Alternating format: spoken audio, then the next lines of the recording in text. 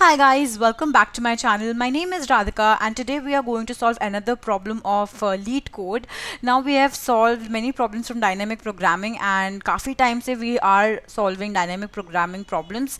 So I got a little bored of that. So let's do something else. So today we are going to solve a very interesting problem of linked list. So let's get into the video.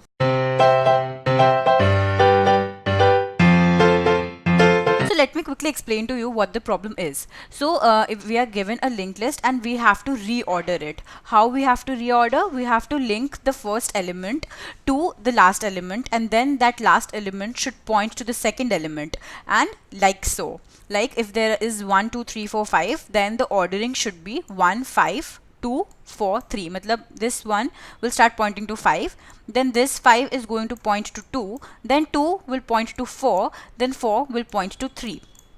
Now this looks a little complicated at first, but if we'll see, this is not that difficult. And the constraint is that we have to do it in place. That means we are not allowed to use any extra space, and also we are not allowed to alter the nodes values.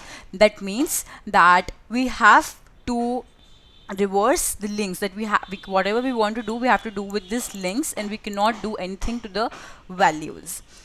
So let me first quickly explain to you what is our approach going to be, right? So first of, let's assume that this is our linked list.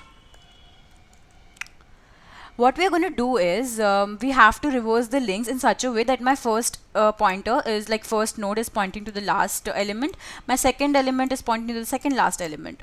Now the simplest solution that I could think of is let's go one by one from here, and for every node we will reach the end and then reverse the links. But that, you guys see, will take a lot of time. For every node we'll have to traverse the entire linked list and reach to the end. That will make my code of complexity O(n) square, which is a lot of time, and we can avoid that. So what we can do is, ultimately, what is our approach? Like, had this been a doubly linked list, it would have been very easy, because ultimately what we want is from 6 I should be able to reach 5. So double linked list hota to हमारे पास वो link होती, but this is a single linked list. So if we don't have the solution, we will make it for ourselves. So what we will do, we will reverse the entire second half. So उसके बाद हमें when we will reverse it, our linked list will look something like this. We'll get 6, then 5, and then 4.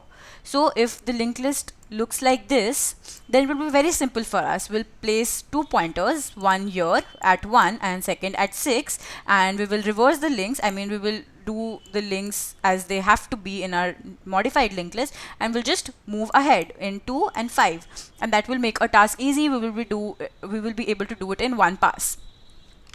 So how can we do that? So we first have to reverse the second half of the linked list, and then we will do now whatever is required next. So for now, let's just comment this and start writing this part of the code, and then we will move ahead.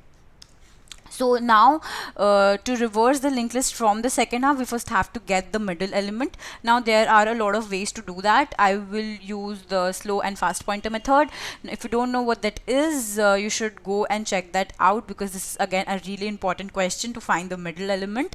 So I will not go deep into it, but I'll just give you an overview of what that method is. So we use two pointers. One is slow, one is fast pointer.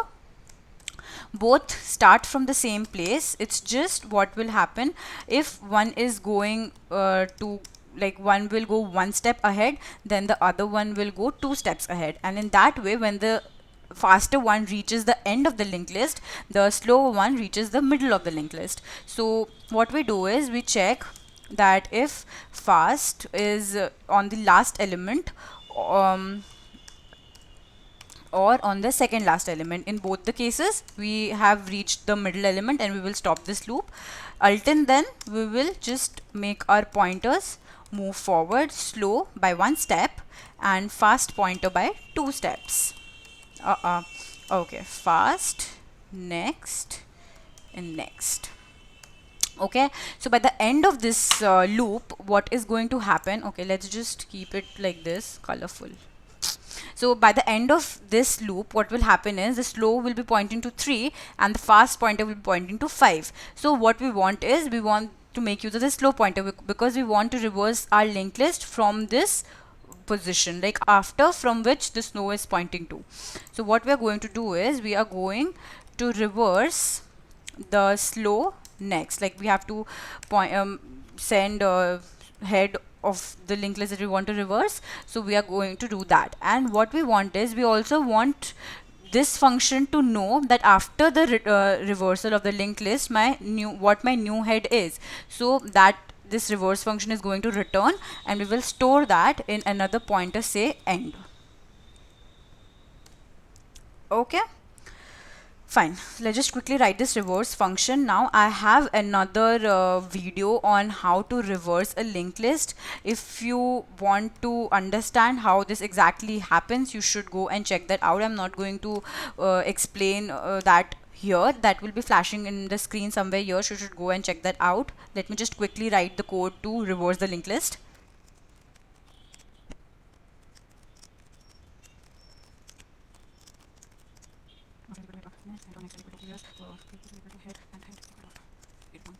Okay, so this is the function. So this function is going to return me the head of the reverse linked list, which is going to be 6 in our case. And what we are going to do is, we are going to just make point slow next. We are just going to make the slow of next point to null. That means we are creating two linked lists here.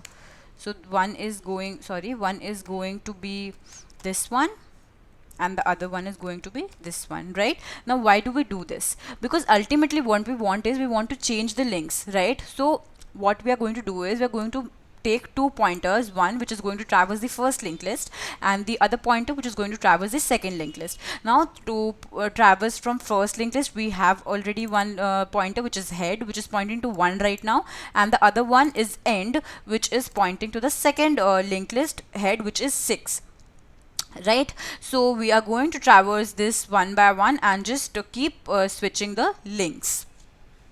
And how are we going to do that? So what we are going to do is, when we change the link of this node, the next of this node to point to 6, we will lose this 2, right? We won't be able to reach this 2. So what we're going to do is, we will store this beforehand. So all this will go until we have end. So first of all, we are going, okay, let's just declare these nodes here. We will need 2 after 1. I'll tell you why we are going to need 2 after 2. Okay, so the first one is going to store the next of my first linked list. And obviously when we change this link, we are also going to change the link of this 6. This 6 next is going to point to 2. Then we will lose track of this one, so we have to store that as well. So we will just store in that in after 2, which is end next. Fine. Now as we have stored the nexts, we are going to change the links. What we are going to do is, now the head of next should point to wherever the end is pointing to, and the end of next should point to wherever the head of next was pointing to before. That means 2, which is stored in after 1. So that is what we are going to do after 1. Now when the reversals are done, for the next iteration we have to set the pointers right. So for the next iteration, my head should be the second element of the first linked list, which is stored in after 1, and the end should be the second element of the second linked list, which is after 2. Simple. So after this iteration, after the first iteration, my linked list will, like my new linked list will look something like this: 6, and this will be pointing to 2, right? And my after, like my head will be 2 and my end will be 5. And this iteration will go on until we have something in the end. So at the end, when there is null in the end, there will be null in head as well. So you can put your head as well, no problem. We don't have to return anything because we're just changing the links, and this is the function that we had to complete. Let's just run this code and see. It gives me the correct output, and let's just submit it. Okay, so the answer is correct. So that's it for this video. I hope you enjoyed it. I hope you were able to understand the concept that I was trying to explain, and I hope कि आप ये logic खुद से भी सोच पाए हों. So I will be back with another video very soon. Till then, bye bye, happy coding.